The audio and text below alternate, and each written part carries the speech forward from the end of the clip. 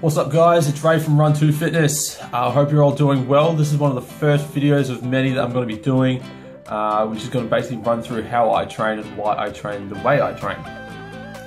The purpose of these is hopefully to inspire a few of you, give you guys some knowledge bombs to take away and put into your own training regimes, and get some kick-ass results out of it. Without further ado, this is a bit of a run through on what my routine is at the moment. It's a 5-day split with 2 rest days. 7 days. Basically, I've built it up over 3 programs which I've run through in the past. So there's your push-pull legs, which is all your pushing upper body movements. So your chest, your shoulders, and your tricep movements. Your upper body pull movements, so back, biceps, a little bit of shoulders as well. And also your lower body leg movements, so quads, hammies, glutes, and calves. Those days are basically based around hypertrophy work, so trying to build muscle and size. I'm also doing the Wendler 531 over the week as well. So basically the Wendler 531 is based around trying to build raw strength. Wendler's a renowned powerlifter as well, and he's developed this program. I've used it in the past for quite a few cycles. I've built some pretty decent size on some of my body parts, especially my chest responds really well to it. Also huge developments in my strength as well, especially on my bench press and my overhead press. It's been a while since I've been on the program, I must admit, so starting again fresh with new numbers to hit and trying to see where I can throw those numbers as well. Hopefully going to be hitting the 200 club in the deadlift as well. So that's the second program that I've implemented into my routine now, and the third program that I've implemented in is a little bit of German body composition training. This is a program that was popularized by Charles Poliquin, who's a renowned strength and conditioning coach. Basically, the principle of it is blood pooling in the upper and lower extremities of the body. Traditionally, it's done with a lower body movement and then an upper body movement and then you rest. I've taken the Charles Poliquin twisted version where you do a lower body movement, an upper body movement, and then back down to the lower body movement. So with this video coming up, you'll see I've done my bench press for the 531, my deadlifts for the 531, and then I worked on hammies and chest. Doing stiff leg deadlifts, bench press, back to stiff leg deadlifts, and then my second round I did lying hamstring curls, shoulder press, and then back to lying hamstring curls. Anyways guys, have a look. Hope you have fun watching this. I've put some pretty snazzy tracks in the background. Comment below with other things you'd like to see me do in my training and in these video logs as well. And if you've got any questions, feel free to comment below. Share, like, and show some love. So this is the first workout of my new routine, basically starting off on bench press with the Wendler 531.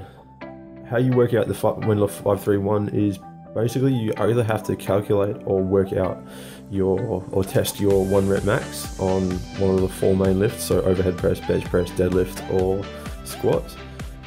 In this case I kind of already knew what my bench press was, so I calculated what my 1 rep was. Once you find your 1 rep, you then calculate in 90% of that, which is now your training max, which is what you calculate all of your other percentages off. So with week 1, you've got 3 working sets. First set is based off 75% of that training max. Second set is 80%, and third set is 85%.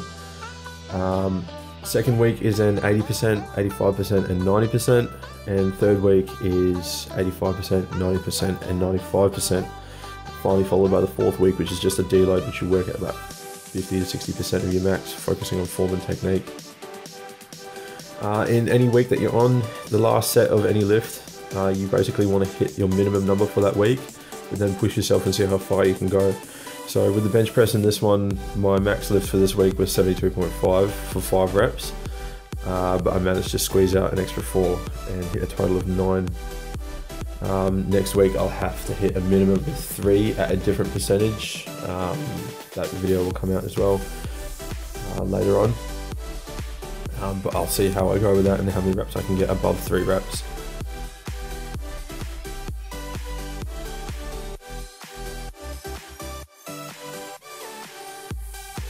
As you can probably see as well, with this set, I kind of do like a bit of a peekaboo kind of thing, with my head lifts off the bench as I watch myself bring the bar down to my chest.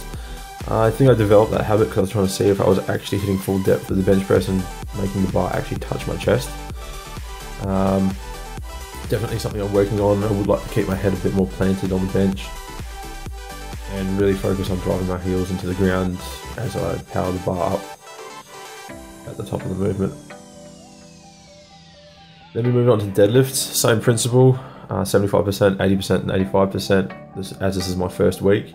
This first set was for 117.5. I have deadlifted a lot more, so I decided to do this set beltless, just to give my core a bit of a work, and just so I don't completely rely on a belt in future lift. As you'll see in my second and third set, I do apply the belt just as a safety measure.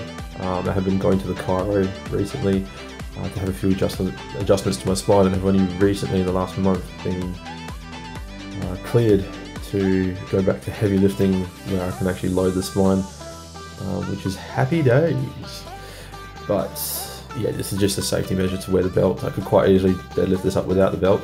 I don't find it actually gives too much of an assistance, but I like to wear it just to be safe.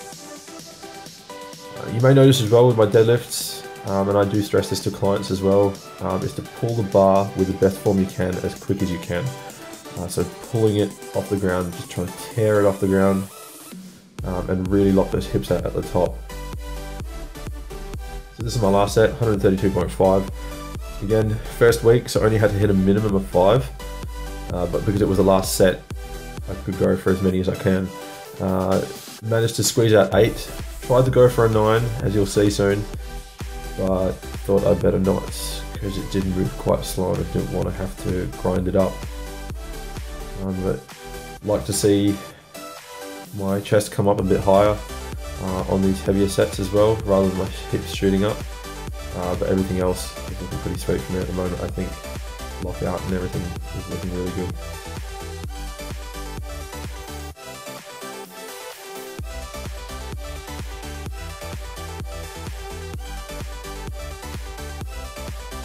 Woohoo! Now I'm in fast forward. This was the fun part. It was also challenging, and kind of hated myself while doing it. This is the German body composition training area. This was my first round where I worked on stiff leg deadlifts for 15, bench press for 10 to 15, and then back to stiff leg deadlifts for 10.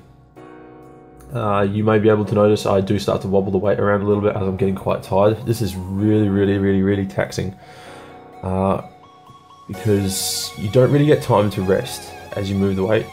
It's kind of bang bang bang straight onto each exercise, and because of the increased blood flow from lower to upper, back down to lower, your heart rate is going through the roof.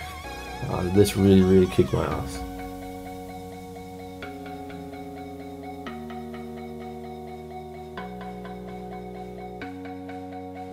Finally finished off on one more round of German body composition training, again focusing on hamstring and chest, or shoulders, in this case shoulders. The lying hamstring curl. I've never had a gym before or been in a gym before which has had this, so using this was really good.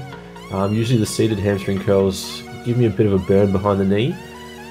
This one actually gave me a burn actually in the hamstring in the center, as opposed to behind the knee or up near the glutes. So it felt really good. If you've got one of these in your gym, definitely give them a shot. And then moved on to shoulder press, 25 kilos a side, just trying to pump up those shoulders and get that blood into the upper body again, before moving back to the final set of hamstring curls.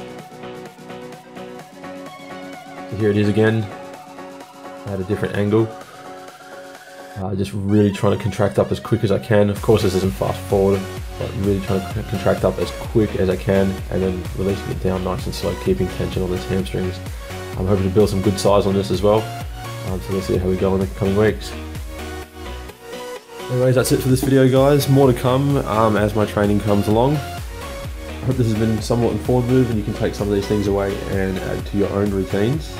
If you have any questions, please comment below or private message us on Facebook at Run2Fitness.